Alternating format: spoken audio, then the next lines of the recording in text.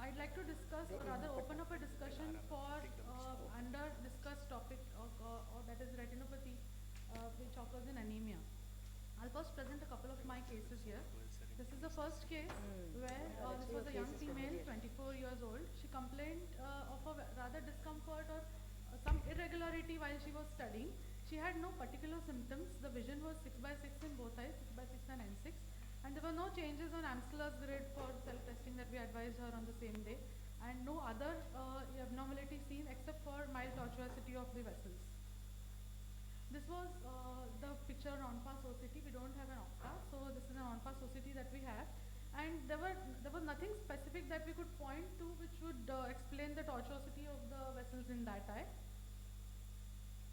On the day 2, she said that her symptoms had increased. Now we could see that there was a deep hemorrhage just infranasal to the macula and a blot hemorrhage around developing just temporal to it.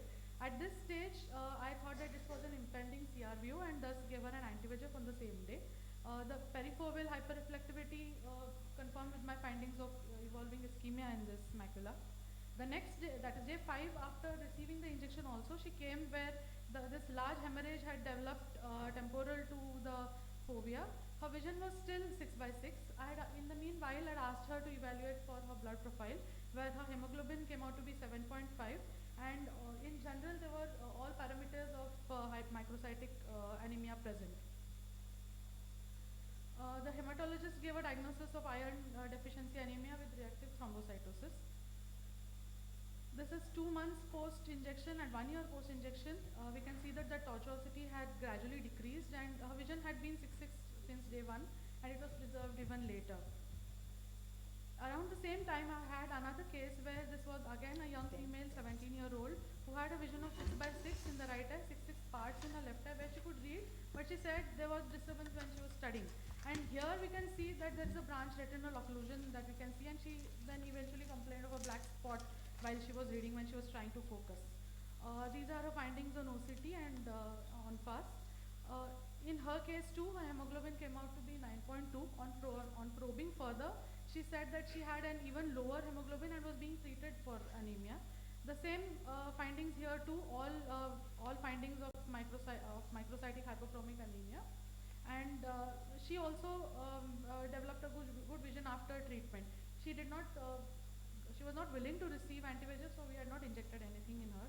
Now we have a large number of young girls in our society too who have an anemia ranging from 4 hemoglobin to 9 hemoglobin, who are perhaps going on about their daily work, but we don't see them often in our OPDs. We discuss anemia along with other factors like diabetes or hypertension or other factors, but anemic retinopathy per se is perhaps not being addressed enough. Now, are there any ocular factors that can tilt it towards developing anemic retinopathy or developing vascular occlusions like this? We are familiar with seeing other findings of anemia. This is another case where this was a young gentleman who had anemia and he developed this hemorrhage on Valsalva. What would have been the cause of retinal changes is if the anti-VEGF was not given in the first day or it was deferred till the vision dropped, what would have been the change in this, the course of this disease? And would a systemic management, if it was more aggressive in the treatment of anemia, will it alter the course of these disease? This is what I would like to ask our esteemed panel here. Also, I discussed this with an immunologist and who studies a lot about liquid cancers. He said that while treatment of anemia, during the course of treatment, just like we get reactive uveitis, there is a reactive thrombocytosis, and that is when there are coagulative symptoms are seen everywhere else in the body. So that is the time that we can develop these symptoms in the eye also. So is there something that we can do to prevent this or address this? Yeah, doctor, one thing is it's not that the treatment of anemia causes thrombocytosis.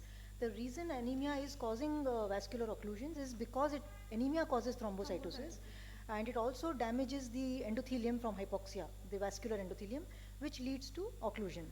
So anemia itself is enough. It does not need treatment of anemia to cause thrombosis or these things. Second question was whether treatment would have helped. So yeah, aggressive treatment of anemia has been known to reverse even the retinal arterial occlusion related vision loss because these are young patients. These are not patients who have developed over years and cannot be reversed. So these patients have a relatively good prognosis if the anemia is managed with supplementation, iron infusion. The third thing was that there are many reports of combined occlusions, BRAO, CRVO, as well as combined venous and arterial occlusions. But these are rare. These are rare. What we see is more commonly anemic retinopathy. So I had a question. The first case, you gave anti-VEGF, and you asked that if you had not given anti-VEGF, what would have been the prognosis? Yes. I'm wondering why anti-VEGF was given, because this looks more like anemic retinopathy with vascular dilatation rather than CRVO when there is no edema. So I was wondering why you gave anti-VEGF and whether that made any difference. Ma'am, I gave anti-VEGF because I thought that this hemorrhage and this hemorrhage that was deep, so it was that kind of an impending CRVO, and she was a young patient. Can anti-VEGF prevent CRVO? No, it might not prevent, but at least the balance between ischemia might be tilted somewhat in the favor of good vision gain. And she already had 6/6 and 6 vision, so. Possibly this is anemic retinopathy, and possibly anti-VEGF did not make a difference. Anemia causes a vast changes in the retina and flame-shaped hemorrhages, rod spots, and many other things. So just for hemorrhage, I don't think that anti-VEGF injection is needed, what you told. No? And number one. Number two, we have two groups, only isolated anemia and another group anemia with thrombocytosis. So the second group, I think if it is there on hemogram, that needs to be addressed aggressively. Yes. They said it was microcytic hypochromic anemia, but that's what when I said that not treatment of anemia, but when the anemia is in the range of 7 to 9 or 10, moderate anemia, that's when the immunologist says they are likely to develop such lesions.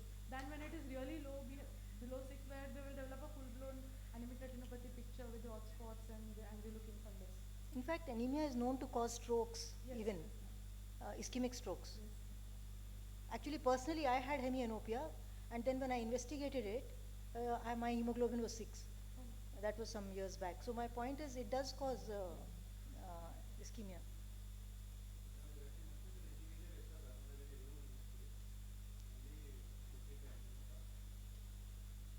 So ma'am, can we attribute this tortuosity to just the Anemic quality of retinopathy causes tortuosity. It causes, because of hypoxia, there is tortuosity. So this is not CRVO yet.